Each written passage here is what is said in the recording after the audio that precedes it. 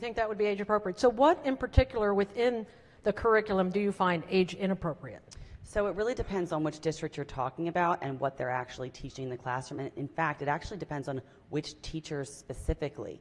So I have a friend, for example, whose child is in the Montgomery County school system, and she was struggling with some gender issues. In fact, there's been a 500% increase, as you may know, in gender identity concerns in your school children in your specific district, which I think stands out from many of our jurisdictions. When she came home, her mother decided to remove her from the school system, and within a few months of no other particular thing, the child no longer felt she had those issues. So I would ask, what is being taught to that child that she believes there's a problem with her gender when she's in the school system, but the second she's removed from it, she no longer has those concerns? Thank you.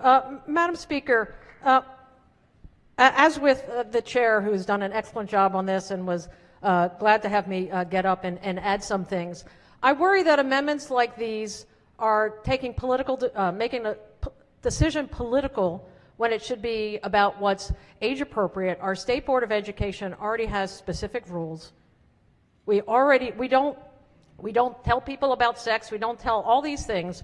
But we make it okay for kids in kindergarten through 3rd grade to know that I'm okay and that other of my colleagues are okay, and that people who are having gender identity, who have issues with gender identity, are okay as well. It is all age appropriate. This is just another chance to erase a portion of the population, and I urge the body to reject the amendment. Maker of the amendment. Thank you, Madam Speaker. Body, this is a very reasonable amendment. I think that if you polled this amendment in all of your districts, you would find that most parents, no matter what party they're registered in, believe that this amendment is reasonable. We are not telling you that you need to discriminate against anybody's lifestyle choices or their family makeup. Every family is special and different, and that's okay.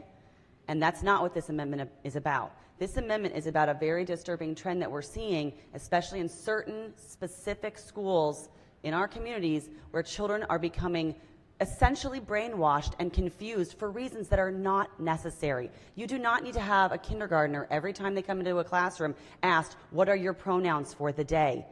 That is not necessary. And that is all that we are asking, is that the people of our state are represented well by us, because I believe that they support this amendment, and they would, and if we polled them, I'm sure that you would see that was true. Chair of the committee.